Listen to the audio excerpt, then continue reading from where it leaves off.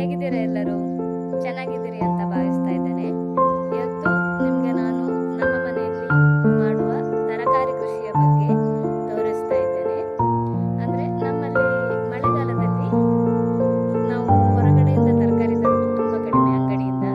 ಆದರೂ ನಮ್ಮಲ್ಲಿ ಸಿಗದ್ದು ನಾವು ಮಾಡದ್ದು ಅಂದರೆ ಬೀಟ್ರೋಟು, ಕ್ಯಾರೆಟ್, ಬೀನ್ಸ್ ಆ ಥರದ್ದು ಮಾತ್ರ ತರೋದು. ಹೆಚ್ಚಾಗಿ ನಮ್ಮ ಮನೆಯಲ್ಲಿ ಬೆಳೆಯುವ ತರಕಾರಿಯನ್ನೇ ಮನೆಯಲ್ಲಿ ಪದಾರ್ಥ ಮಾಡೋದು. ಹಾಗೆ ನಾವು ಯಾವುದೆಲ್ಲ ತರಕಾರಿ ಮಾಡ್ತೇವೆ ಅಂತ ನಿಮಗೆ ತೋರಿಸ್ತೇನೆ, ಬನ್ನಿ. ಇದು ನಮ್ಮ ಅಂಗಳದಲ್ಲಿ ಫುಲ್ ನಾವು ತರಕಾರಿ ಮಾಡ್ತೇವೆ. ಇದು ಬೆಂಡೆಕಾಯಿದ್ದು ಲೇಡೀಸ್ ಫಿಂಗರ್ ಅಂತ ಹೇಳ್ತಾರಲ್ಲ ಅದು. ನಮ್ಮ ಮನೆಯಲ್ಲಿ ತರಕಾರಿ ಸುಮಾರು ವರ್ಷಗಳಿಂದಲೇ ನಾವು ಮಾಡ್ತಾ ಇದ್ದೇವೆ.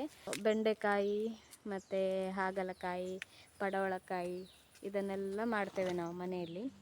ನಿಮಗೆ ಇವತ್ತು ಬೆಂಡೆಕಾಯಿ ತೋರಿಸಲಿಕ್ಕೆ ಅಷ್ಟೊಂದು ಗಿಡದಲ್ಲಿ ಇಲ್ಲ, ಯಾಕಂತ ಹೇಳಿದರೆ ಇವತ್ತು ಬೆಳಗ್ಗೆ ಕೊಯ್ದು ನಾವು ಅಂಗಡಿಗೆ ಕೊಟ್ಟಿದ್ದೇವೆ.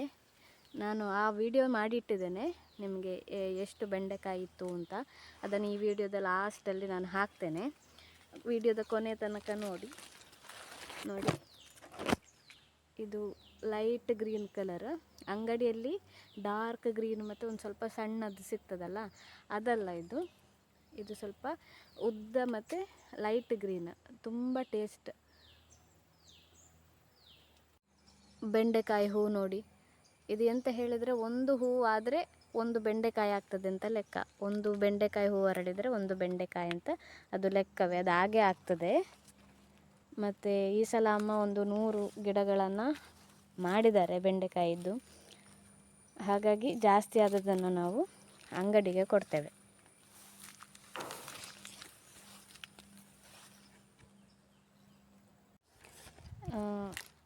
ನೋಡಿ, ಇದು ಬೆಂಡೆಕಾಯಿ ಬೀಜಕ್ಕಿಟ್ಟದ್ದು. ನೆಕ್ಸ್ಟ್ ಇಯರ್ ಮಾಡಲಿಕ್ಕೆ ಬೀಜ ಬೇಕಲ್ಲ, ಅದಕ್ಕೋಸ್ಕರ ಇದನ್ನು ಬೆಳಿಲಿಕ್ಕೆ ಬಿಟ್ಟದ್ದು. ಇನ್ನದು ಒಣಗಿದ ಮೇಲೆ ತೆಗೆದು ಬೀಜ ಮಾಡೋದು. ಇದು ನಮ್ಮದು ಬೆಂಡೆಕಾಯಿ ಕೃಷಿಯ ಬಗ್ಗೆ.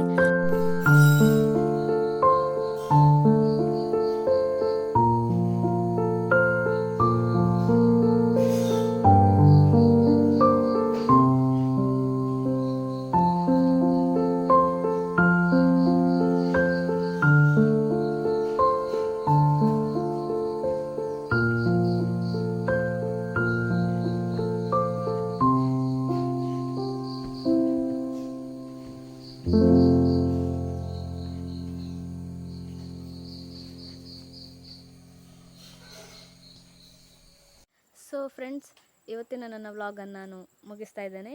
ಹಾಗೆ ಇನ್ನು ನಾಳೆ ಪಾರ್ಟ್ 2 ಮಾಡ್ತಾ ಇದ್ದೇನೆ. ಅಂದರೆ ಸ್ವಲ್ಪ ತರಕಾರಿಗಳ ಬಗ್ಗೆ ನಿಮಗೆ ತೋರಿಸಲಿಕ್ಕೆ ಬಾಕಿ ಉಂಟು. ಅದನ್ನು ನಾಳೆ ನಾನು ವ್ಲಾಗ್ ಮಾಡಿ ತೋರಿಸ್ತೇನೆ. ಹಾಗೆ ನನ್ನ ವಿಡಿಯೋ ಇಷ್ಟ ಆಗಿದ್ದಲ್ಲಿ ದಯವಿಟ್ಟು ಲೈಕ್ ಮಾಡಿ, ಶೇರ್ ಮಾಡಿ. ಹಾಗೆ ನಿಮಗೇನಾದರೂ ಹೇಳಲಿಕ್ಕಿದ್ರೆ ಕಮೆಂಟ್ ಮಾಡಿ. ಮತ್ತು ಯಾರಾದರೂ ನನ್ನ ವಿಡಿಯೋನ ಫಸ್ಟ್ ಟೈಮ್ ನೋಡೋದಿದ್ರೆ ಪ್ಲೀಸ್ ಸಬ್ಸ್ಕ್ರೈಬ್ ಮಾಡಿ. ಓಕೆ, ಇನ್ನು ನಾಳಿನ ವ್ಲಾಗಲ್ಲಿ ಸಿಗ್ತೇನೆ. ಬಾಯ್.